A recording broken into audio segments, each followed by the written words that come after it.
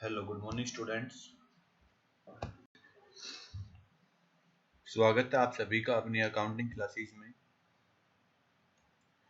देखिए बेटा, जो कि हम आप सब जानते हो कि हम अकाउंट्स में अकाउंटिंग प्रिंसिपल्स पढ़ रहे हैं, जिसमें अकाउंटिंग कंसेप्ट्स को हम अच्छे से पढ़ चुके हैं।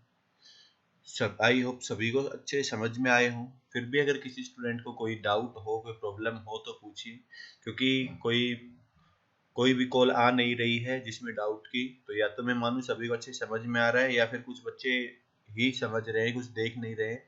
तो जो भी स्टूडेंट्स अगर क्लासेस या जो भी क्लास नहीं देख रहे हैं, तो उनसे रिक्वेस्ट है कि वो क्लास को देखें, समझे और प्रॉब्लम हो तो पूछे। देखिए चलिए आगे। अब हमने अकाउंटिंग कंसेप्ट को कम्प्लीटली देख लिया है, पढ़ लिया है। जो कि 11 कंसेप्ट थे, हमने सभी को पढ़ा है। मैंने रिवाइज भी करवा दिया था लास्ट वाली क्लास में, कल वाली में। और आज हम देख रहे हैं कि अकाउंटिंग कन्वेंशन जो हैं वो क्या कहते हैं, जो कि हम 3 अकाउंटिंग कन्वेंशंस के बेस पर हम काम करेंगे। देखिए बेटा, सबसे पहला है आपके पास, जो कि अगर हम बात करें कि कन्वेंशन ऑफ फुल डिस्क्लोजर, तो फुल डिस्क्लोजर के बारे में मैं आपसे बात करूं तो देखिए ध्यान से समझिए इस पॉइंट को आप। फुल डिस्क्लोजर का मतलब होता है डिस्क्लोज करना, दिखाना। डिस्क्लोज करना यानी कि शो करना, दिखाना। ये क्या होता है इसके बारे में देखिए कि बेटा कोई ऐसी इंफॉर्मेशन जो कि आपको पता है और वो इंफॉर्मेशन भी पब्लिक को पता होनी चाहिए। तो इस टाइप की कोई इंफॉर्मेशन है, वो आपने क्या करना होगा, जो भी आप अपने अकाउंट्स बनाओगे उन अकाउंट्स में दिखानी पड़ेगी। देखिए सबसे पहले मैं बात करता हूं। देखिए यहीं पर ही मैं बता रहा हूं कि जैसे मान लीजिए आपने कोई अकाउंट्स बनाया, भाई यहाँ पर आपने कोई भी, जैसे मान लीजिए एक बैलेंस शीट बनाई। बैलेंस शीट क्या होती है बेटा, कि आपके असेट्स और लायबिलिटीज का विवरण शो करती है कि इधर की साइड आपकी असेट्स आ जाएंगी, संपत्ति, इस साइड लायबिलिटीज आ जाएंगी। ये बन चुकी है, यहाँ पर आपने सारे आइटम्स दिखा दिए, यहाँ पर भी दिखा दिए, बन चुकी है। अब ये क्या कहती है, फुल डिस्क्लोजर क्या कहता है कि भाई अगर इसमें कोई ऐसा पॉइंट है, ऐसा कोई भी पॉइंट है जिसके बारे में आपको बताना मतलब सही होगा, तो उसके बारे में नीचे डिस्क्रिप्शन लिखनी होगी। जैसे आपने देखा होगा बेटा, अभी तक भी कोई ऐसा पॉइंट आता है जो थोड़ा वो डाउटफुल होता है, तो उसको हम क्या करते हैं, उस पॉइंट को हम नॉर्मली नीचे उसका कंप्लीटली विवरण दिखाते हैं, शो करके दिखाते हैं कि भाई ये ऐसा होगा, कि इसका मतलब ये है। तो सेम एज इट इज यहीं पर ये भी है। तो मैं आपको एक एग्जांपल दूंगा, उस एग्जांपल से आप समझोगे कि ये कैसे होता है। डिस्क्लोज का मतलब क्या होता है, पहले इसको थोड़ा सा इसका मीनिंग समझ लेते हैं कि this convention required to all significant information. Significant मतलब जरूरी जो इंफॉर्मेशन है, रिलेटिंग टू इकोनॉमिक अफेयर्स, जो कि इकोनॉमिक अफेयर मतलब आपके जो बिजनेस में जो मनी या मनी से रिलेटेड जो रखती है, जो मतलब जो एक्टिविटीज होती हैं एंटरप्राइजेज बिजनेस की, शुड बी कंप्लीटली डिस्क्लोज। यानी कि उनको हम क्या दिखाएंगे, वो सिग्निफिकेंट इंफॉर्मेशन को कंप्लीटली डिस्क्लोज करेंगे, शो करेंगे, दिखाएंगे, उसके बारे में पूरा विवरण देंगे। In other words, there would be sufficient disclosure in information which is material interest to be user of financial statement such the profit। क्या कहा है बेटा, देखिए इन्होंने कहा है कि जो कि एक सफिशिएंट डिस्क्लोज करना होगा उस इंफॉर्मेशन का जो कि आपका मेटेरियल इंटरेस्ट मतलब उस मैटर का से रिलेटेड है, जो कि किसका हो सकता है, यूजर्स का हो सकता है। यूज कौन हो सकते हैं, फाइनेंशियल स्टेटमेंट के, फाइनेंशियल स्टेटमेंट यानी कि जो अकाउंट बनते हैं उनका यूजर्स। ओनर हो सकता है, जो प्रेजेंट या पार्षल क्रेडिटर्स जो सामान देते हैं, जो पैसा लगाते हैं बिजनेस में, या कोई और, उन सबको जरूरी होता है फाइनेंशियल स्टेटमेंट। उस फाइनेंशियल स्टेटमेंट में कोई ऐसा कोई करेक्टर या कोई ऐसा कोई पॉइंट है जिसके बारे में उनको पूरी इंफॉर्मेशन चाहिए, तो सफिशिएंट इंफॉर्मेशन हमने उसके बारे में शो करनी पड़ेगी।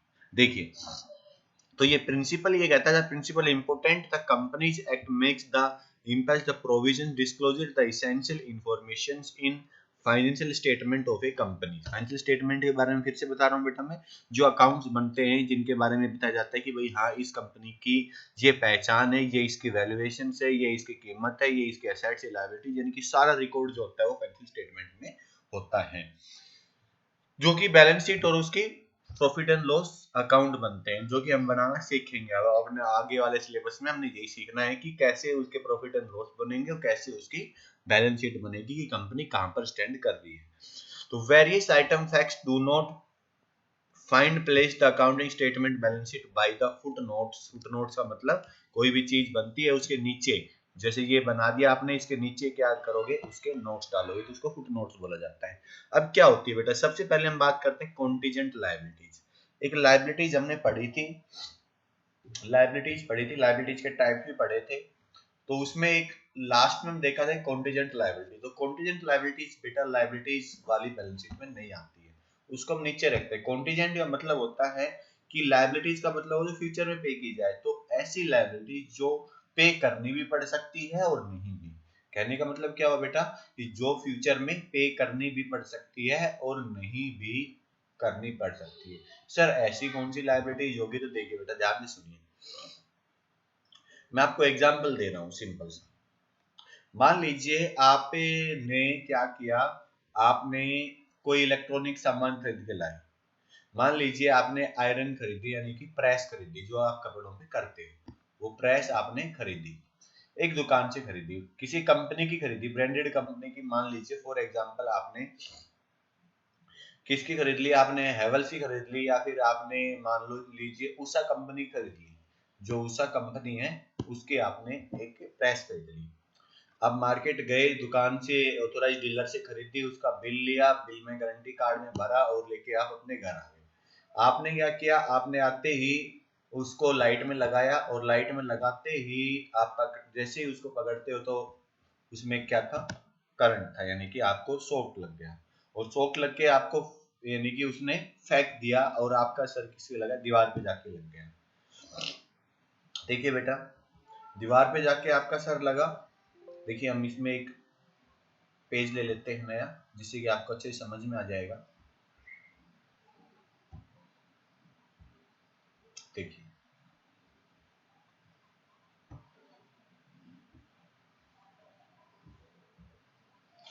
देखिए मैंने आपसे कहा कि यहाँ पर आप हो, ये यहाँ पर आप हो,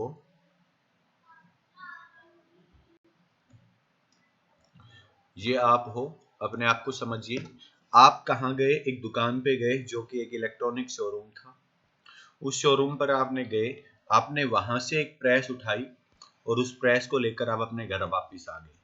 बिल लेके आए, आपने जैसे ही उसको इलेक्ट्रिसिटी पॉइंट में लगाया और यहाँ पर आपकी टेबल थी, इस टेबल पर आपने प्रेस रखी और आपने अपने कपड़ों पे प्रेस करने के लिए डाला। तो जैसे ही आपने डाला तो आपने पकड़ा, पकड़ते ही उसमें करंट लगा और आप करंट लग के इस दीवार पे जाके टकरा गए। जैसे ही टकराए आपके सर में चोट लग गई। चोट लग गई, आपके फैमिली वालों ने उठाया और उसको किस में लेके गए, हॉस्पिटल में लेके गए, हॉस्पिटल में आपको एडमिट करवा दिया।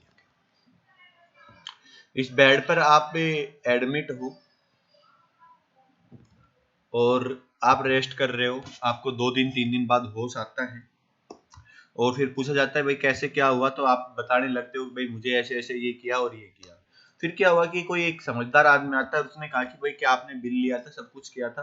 तो उसने कहा कि, फिर उसने कहा कि चलो आपका कितना खर्चा हो गया। तो आपके घर वाले कहते हैं भाई यहाँ तो काफी खर्चा हो गया, मान लीजिए आपका 5 लाख रुपए का बिल बन चुका है, और जब आप यहाँ से रिलीव हो गए तो आपका 10 लाख रुपए का बिल हॉस्पिटल ने बना दिया। अब उस आदमी ने कहा कि भाई आप यूं करिए कि आप उस कंपनी पर क्या कर दीजिए, केस कर दीजिए। आपने क्या कर दिया, केस कर दिया कंपनी पर। कंपनी पर केस कर दिया। कंपनी ने कहा कि भाई ठीक है आपने केस किया है, हम आपको 10 लाख रुपए नहीं देंगे, हम पहले चेक करेंगे कि क्या हमारी गलती है या आपकी गलती है। कहीं कहीं ना भाई आपने ही गलत नहीं किया हो, आपने ही कोई वायर कट कर दी हो या ऐसा हो गया हो। तो वो जांच होने लगी। अब वो केस कहाँ चला गया, कोर्ट में चला गया। अब आपको तो पता ही बेटा कि कोर्ट का जो केस है वो काफी टाइम बाद रिलीज होता है, हैंड टू हैंड नहीं होता, क्योंकि इंडिया में बहुत स्पीड कम है। मान लीजिए 2-3 साल से वो केस चल रहा है। अब यहाँ पर कंपनी के लिए क्लेम कितने का मांगा जा रहा है? कंपनी को 10 लाख रुपए का। कौन मांग रहा है? आप मांग रहे हो। कंपनी को कह रहे हो कि भाई 10 लाख रुपए हमें दो, हमारा हर्जाना। तो कंपनी क्या करेगी? कंपनी को ये वो है कि अगर कंपनी की मिस्टेक हुई तो कंपनी ने 10 लाख रुपए पे करने होंगे। उनके लिए क्या बन गई? लायबिलिटीज बन गई। और कंपनी का अगर फॉल्ट नहीं पाया, हो सकता है उस पर्सन का हो या फिर वो जो भी रीजन हो, कंपनी का फॉल्ट नहीं होता, कंपनी को पे नहीं करना होगा, तो कंपनी ने ये पे नहीं करना होगा। और कंपनी का फॉल्ट पाया था तो कंपनी ने पे करना होगा। तो यहाँ पर ये 10 लाख रुपए कंपनी के पास क्या है? ये एक ऐसा अमाउंट है, देखिए, जो कि जैसे कि उन्होंने अपने अकाउंट्स बनाए, बैलेंस शीट बनाई, तो यहाँ पर इन्होंने अपना सब कुछ यहाँ पर डाल दिया और यहाँ डाल दिया कि कॉन्टीजेंट लायबिलिटीज है, कॉन्टीजेंट लायबिलिटीज, जो कि 10 लाख रुपए की है। इसका मतलब अगर कंपनी केस हारती है तो पे करनी करनी पड़ सकती है, और अगर नहीं हारती तो कंपनी के पास ये पैसा एज इट इज रहेगा। तो ये चीज जो है ये डिस्क्लोज करनी होगी कि भाई कंपनी पे कोई ऐसा पेंडिंग केस है जो कि कंपनी ने पे करना पड़ सकता है। तो ये फुटनोट जो रहेगा ये कहलाएगा बेटा आपका, क्या कहलाएगा? Full disclosure. तो ये फुल डिस्क्लोजर का पॉइंट था आपका। समझ में आया बेटा सभी को अच्छे से? तो यहाँ पर यही समझाना था कि अगर कोई ऐसा पॉइंट हो जो कि कॉन्टीजेंट लायबिलिटीज हो, यानी कि इन्होंने कहा है कि big sum pending in court law against the enterprise board the notice of user financial statement, तो उस फाइनेंशियल स्टेटमेंट के बारे में बताना होगा कि भाई इतना हमारे पास क्लेम आ सकता है, हमने पे करना पड़ सकता है। तो ये सबको पता होना चाहिए जो बिजनेस को रन कर रहे हैं। ठीक है बेटा? ऐसे ही if the change in method of valuation stock, अब आप अपने बिजनेस में जो काम कर रहे हो उस काम के मेथड को बदलते हो, तो वो भी आपने अपने फुटनोट में यहाँ पर दिखाना होगा। मार्केट वैल्यू ऑफ इन्वेस्टमेंट वे, तो फुटनोट अगर मार्केट वैल्यू की इन्वेस्टमेंट कम हो रही है तो भी दिखाना पड़ेगा, और बढ़ रही है तो भी दिखाना पड़ेगा। तो ये कुछ पॉइंट थे जो कि फुल डिस्क्लोज करने होंगे। तो आई होप सभी को समझ में आया होगा कि कन्वेंशन ऑफ फुल डिस्क्लोजर क्या होता है। ठीक है बेटा? अगर क्लियर हो गया है तो हम आगे चलते हैं, नहीं तो आप मुझे मैसेज करके बताओगे कि सर इस पॉइंट में प्रॉब्लम है। अब हम अपना अगला पॉइंट चलते हैं कि कन्वेंशन ऑफ मेटलिटी। अब मेटलिटी का मतलब क्या है बेटा? मेटलिटी का मतलब यही है कि पहला पॉइंट हमने देखा कि भाई हमने फुल डिस्क्लोज करना है। अब फुल डिस्क्लोज, ये पॉइंट ये कहता है फुल डिस्क्लोज उन्हीं पॉइंट का करना है जो कि जरूरी है।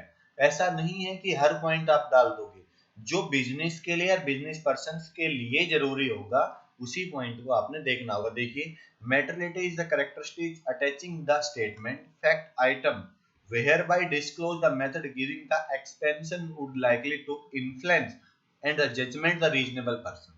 यानी कहने का मतलब उस इंफॉर्मेशन का कोई रियलिटी में कोई औचित्य है तो ही हम करेंगे। ऐसा नहीं है कि हम छोटे छोटे पॉइंट्स वाले लिखने लग जाएंगे जो कि हमारे लिए उसका इंपोर्टेंस खत्म हो जाएगी। देखिए, for example, cost of small tools may be material similar repairs workshop, some figures immediate the escort limited. Similarly, the nature the transactions taken consider a difference 500 valuations of stock. Reminder the immaterial difference 500 cash could be trim material is judgment the importance of the transaction determine the materiality. यानी कहने का मतलब क्या हुआ?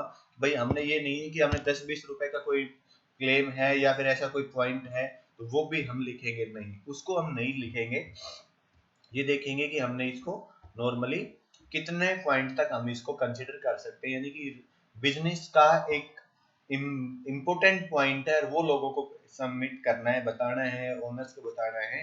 उस tools को ही हम क्या करेंगे? रिकॉग्नाइज करेंगे। ऐसा नहीं करेंगे कि हम छोटे छोटे पॉइंट्स करेंगे। It's noted the material one consent the in material for the another, यानी कि जिनका कोई मतलब नहीं है इन मटेरियल, तो ये किसी का कोई मतलब नहीं है। मतलब 500 रुपए का एक डिफरेंस था, वो भी आप नीचे लिख रहे हो वैल्यूएशंस की वजह से, तो उस चीज को आप कंसीडर नहीं करोगे कि भाई ये इग्नोर करना है, इससे कोई फर्क नहीं पड़ना। हाँ, अगर कोई बड़ा क्लेम है वो हमने डिस्क्लोज करना है कि पता चलना चाहिए सभी को, तो वो हम डिस्क्लोज करेंगे। तो मैटरलिटी मतलब जो मैटर का ही पॉइंट है, जो इंपोर्टेंट पॉइंट है वही डिस्क्लोज करना होगा। तो पहला पॉइंट का ही ये पॉइंट दिया गया है। पहले में कहा गया है हमने फुल डिस्क्लोज करना है, दूसरे में कहा है कि मैटरलिटी का ही होना चाहिए, न कि कोई और, यानी कि कोई ज्यादा इंपॉर्टेंट है, सबके लिए जरूरी है, उस पॉइंट को हम डिस्क्लोज करेंगे, वरना हम इसको नहीं करेंगे, साइलेंट रखेंगे। अब देखिए बेटा, काफी इंपॉर्टेंट पॉइंट है, बहुत ज्यादा यूज होने वाला पॉइंट है, ये आपका लास्ट है। देखिए कि कन्वेंशन ऑफ कंजर्विज्म और प्रोड्यूस। तो ये आपके पास कंजर्विज्म और प्रोड्यूस का मतलब क्या होता है बेटा, ध्यान से समझिए। देखिए बेटा कि हम क्या करते हैं कि हमेशा एक अकाउंटिंग एक बेस पे चलती है कि फ्यूचर में होने वाले लॉस, दोबारा बता रहा हूँ, फ्यूचर में होने वाले लॉस या कोई खर्चा या एक्सपेंसेस को हम आज ही सोच लेते हैं। जैसे कि आप सब अच्छे से जानते हो बेटा कि आप अभी बच्चे हो, लगभग सभी की जो एज है वो लगभग लगभग कितनी है, 15 साल के लगभग हम मानते हैं। कोई 15 साल का, कोई 16 का, कोई 17 का भी हो सकता है, एक दो साल ऊपर नीचे हो सकते हैं। तो मान के चलते हैं कि भाई आप सबको, जो गर्ल्स हैं बॉयज हैं, गर्ल्स विशेषकर गर्ल्स के लिए, कि भाई उनके जो पेरेंट्स हैं उनको पता है कि भाई 5 6 7 8 10 साल में क्या करनी होती है इनकी, गर्ल्स की सभी की शादियां होती है, मैरिज होती है। और सबको पता है कि भाई गर्ल्स की शादी में एक काफी ज्यादा खर्चा होता है, लेकिन नॉर्मली हम मानते हैं 10 लाख रुपए का मिनिमम खर्चा हो जाता है, भाई जिसकी जितनी कैपेसिटी होती है उतनी।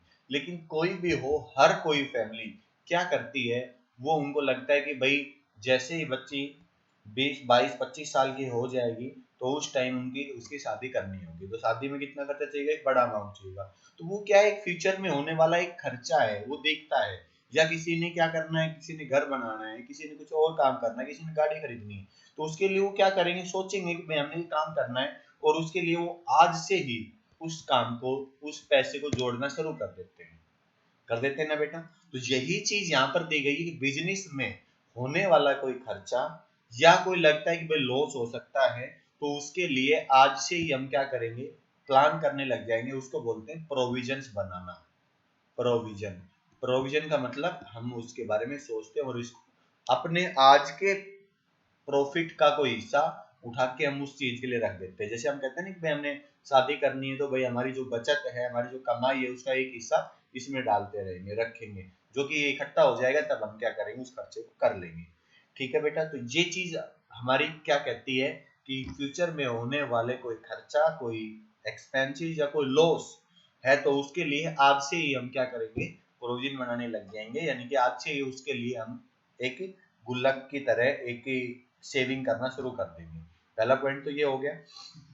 सेकंड ये है कि closing stock. Closing stock is value, cost price और reasonable price which are less. देखिए बेटा, मानते हैं कि भाई आपका बिजनेस है, और आपका बिजनेस किस चीज का है, आपका बिजनेस चल रहा है, मान लीजिए कि आप लैपटॉप बेचते हो, इलेक्ट्रॉनिक स्टोर है आपका, उसमें आपके पास लैपटॉप है बहुत सारे। साल खत्म हो रही है, 31 मार्च आ गया आपके पास, 31 मार्च आ गया। अब 31 मार्च जो है,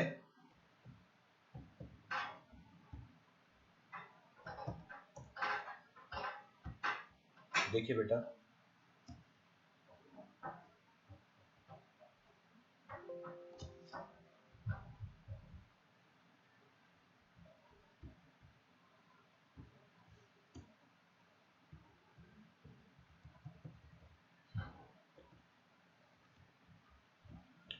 देखिए हम बात कर रहे थे, मान लीजिए 31 मार्च आपका आ गया है। 31 मार्च को आपके पास अलग अलग टाइप के, मान लो कि 50, जो कि आपके पास 50 लैपटॉप बचे हुए हैं। अब 50 लैपटॉप बचे हुए हैं, तो उसके लिए आपने क्या किया कि उनकी कीमत आप क्या करोगे, उनका प्राइस जो है वो रखोगे, या उनकी कॉस्ट रखोगे, जो कॉस्टिंग आपको पड़ी है, मिली है आपको, जितने में मिला है, या फिर आज के दिन उसकी कीमत है। तो बेटा जितने में आपका सेल होता है, मान लीजिए आपने एक लैपटॉप 30,000 रुपए का खरीदा हुआ है, और आज के दिन उसकी मार्केट वैल्यू 35,000 रुपए है, तो आपने अपनी बुक्स में 30,000 रुपए दिखाने होंगे उसकी कॉस्ट। समझ में आ गई बात बेटा। देखिए जो मैंने बात किया है कॉस्ट प्राइस और रीजनेबल, और अगर ये कॉस्ट 30,000 है और उसका मार्केट प्राइस आज के दिन 28,000 है, तो आपने इसको 28,000 पे दिखाना होगा। कहने का मतलब जो कम होगी वो आप उसको शो करोगे, उसी को आपने क्या करना है, शो करना है, जिस वजह से आप अपने इस पॉइंट को शो कर सकते हो।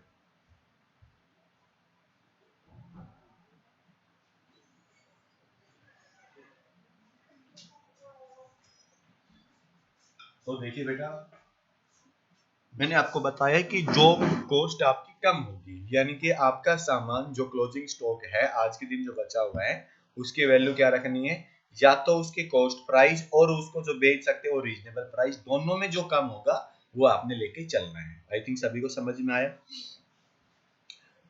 Joint life policy shown the again surrender value vacancy spend अभी छोड़ दीजिए, मैं बाद में समझाऊंगा। प्रोविजंस वाला मैं बता चुका हूं आपको कि अगर कोई फर्म के खिलाफ कोई है तो उसका प्रोविजन भी आपने अभी बनाना होगा। जैसे कि कोई केस आपका पेंडिंग है जिसमें आपने हो सकता है पे करना पड़ जाए, तो पे करना पड़ जाए तो उस अमाउंट को आप आज से ही क्या करना शुरू कर दोगे, इकट्ठा करना शुरू कर दोगे अपने प्रॉफिट से। तो जैसे ही वो उसका डिसीजन आएगा तो आपको प्रॉब्लम नहीं आएगी, आप वो क्लेम पे कर सकते हो। ठीक है, इससे क्या होगा कि आपका इफेक्ट क्या होगा, आपकी प्रॉफिट एंड लॉस सही बन के आएगी और बैलेंस शीट भी आपको सही शो करवाएगी। तो ये था आपके पास कन्वेंजम कन्वर्जन और प्रोड्यूस का जो कन्वेंशन था, जो मेथड था, जो आपका प्रिंसिपल था। ठीक है बेटा, तो ये 3 प्रिंसिपल थे जो कि आप सभी ने अच्छे से समझे हैं। किसी भी स्टूडेंट को अगर कोई डाउट हो तो वो क्या करेंगे, वो यहाँ मेरे को मैसेज करेंगे और बताएंगे कि हाँ सर समझ में